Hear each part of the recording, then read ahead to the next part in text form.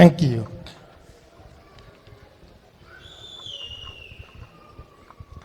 I will also like to respect the land we are standing on, the Orangeras land.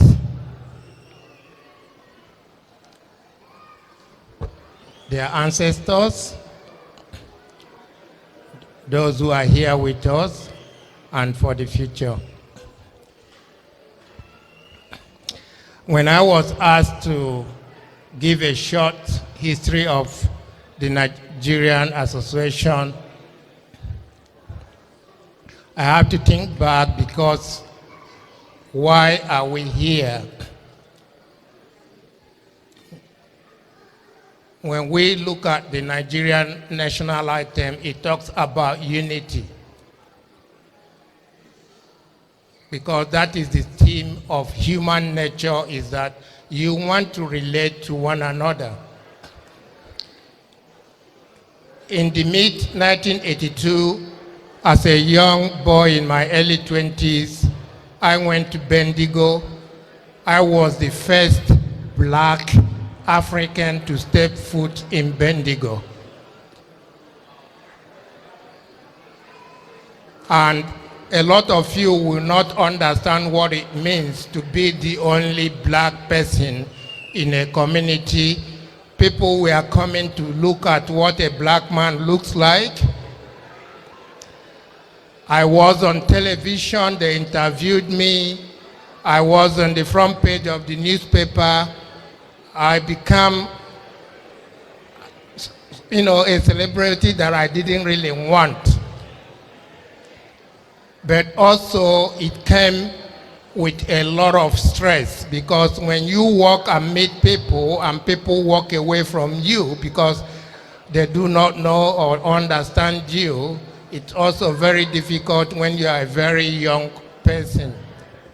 So for almost a year in Bendigo, one of the students came to me and said, "Oh, my boyfriend is an African in Melbourne.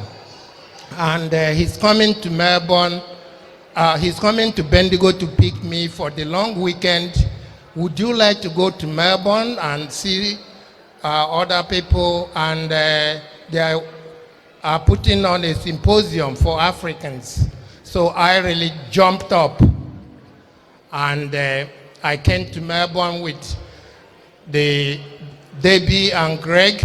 Well, the funny thing was, Greg was not the African I was thinking he was. When Greg turned up, he was a white South African. So on one way I was happy, on the other way I was also disappointed, because that was also the time of apartheid in South Africa. And for those of you, except the young one, you should understand what it is. Now, I just go quickly. Like I said, it is the hungry to unite, the hungry to seek for one another that the Nigerian Association was formed. Those who are here before me, the late Ife Adoba of blessed memory, Sama Nyogo. Then we talk about Sonny Adegwola. There were the people we used to call the Inca man. We are Yinka, Bello, Sonny. These are the main people who formed the Nigerian Students Association in their own home. So after being in Bendigo for almost 2 years, I became bored. I transferred to RMIT. Once I got to RMIT, I joined the Nigerian group, which is the Nigerian Students Association.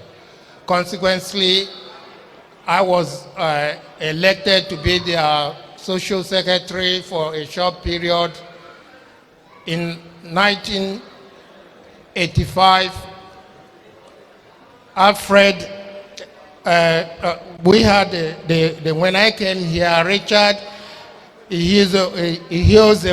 now lives in Sydney, was the president. And while I was here, we had an election. Alfred Oshubaya became the president.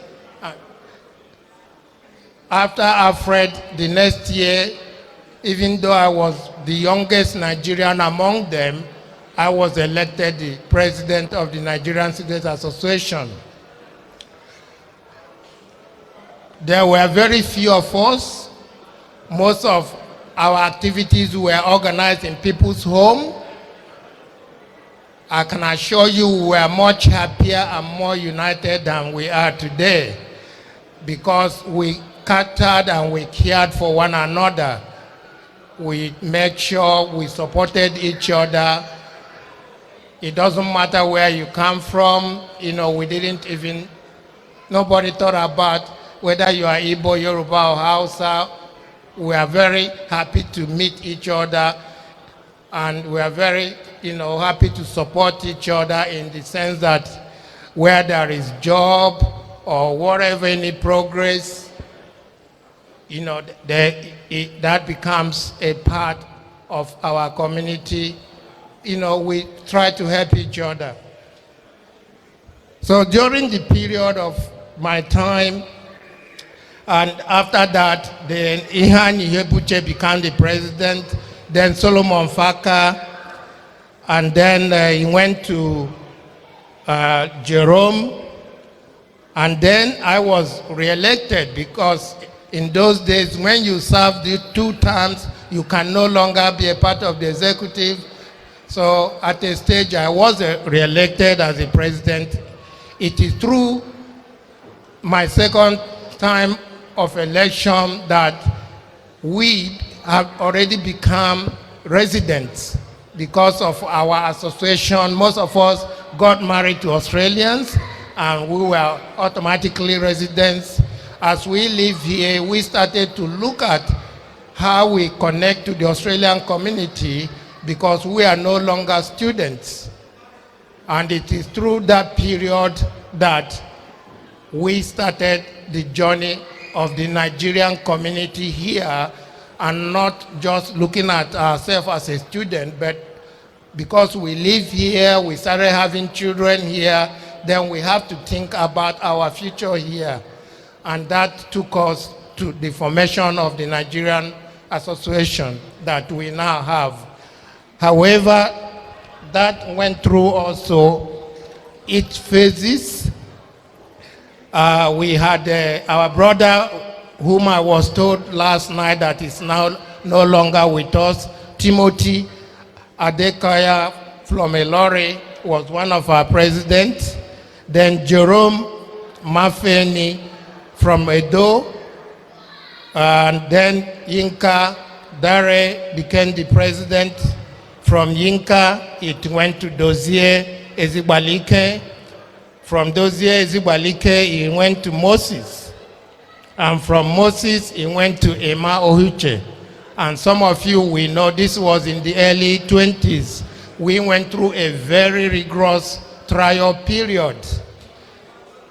So during the period of Imo Ohuche, as some of you will know, was when the Nigerian, the Melbourne Olympic was being planned. And because we did not have organization that can hold us together, I stepped in with Yusuf Abubakar and the late Herbert Olowoniyi, and we tried to organize to welcome the Nigerians coming to Melbourne. It was during that meeting that a lot of Nigerians decided that we should reorganize the society, and that journey started, and we went through the trials and all the temptation that came with it, and that gave birth to our brother, Pastor Bumi Ajayi, being elected to be our president after that, and then Yusuf. Now, I will say something about Yusuf. Throughout the period, everyone who has been the president of this association have been President Yusuf has always been very effective and have worked hard for NSV in selling tickets, in bringing people together, and I think those sort of people need to be acknowledged for what they have done for NSV. He walked through with Ajayi, he walked through with anyone that came after him, and to bring people together. I know when there are issues, people tend to forget the good things people have done, and this is the time for acknowledging those good things people have done.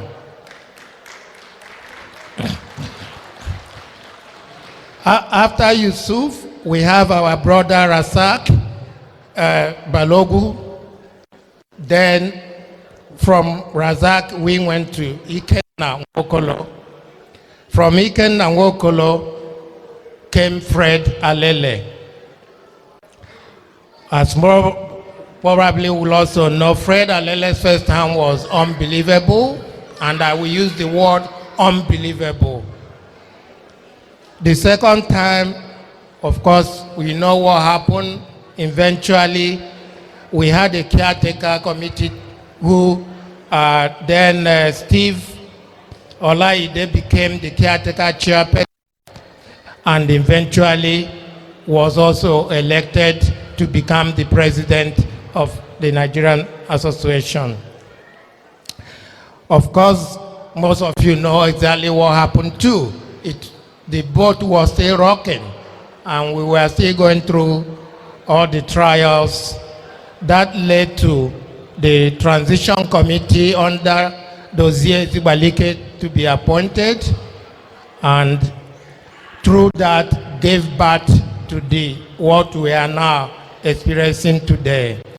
It was through the transitional committee that our sister, Madam President Remi Yusuf, became our Madam President.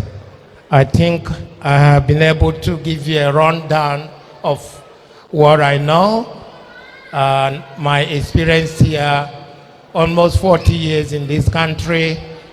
And that's why I'm a member of the Senior Citizen Club. It's not because I'm the oldest person, it's also because I've been here a long time. But I will leave you guys with a thought. The question for you all here is, where from here? That's the big question, where from here? We've gone through different stages.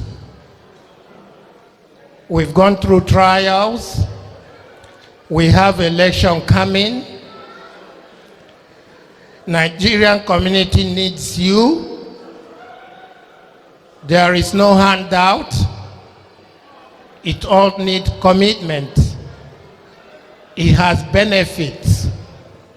The benefit is not monetary. There is no money. People believe sometimes that the executive get money from the government and spend whatever. Those who have been there now know that does not happen. You don't just go to government and take money from them. So let us refocus our energy in the next few years. Now we have children, grandchildren, and within a short time people will be having great-grandchildren. The question will be, what legacy are you individually going to leave behind so that people will remember you? Some of us have done our bit. We are still doing it, but we need to put hands together, and thank you very much.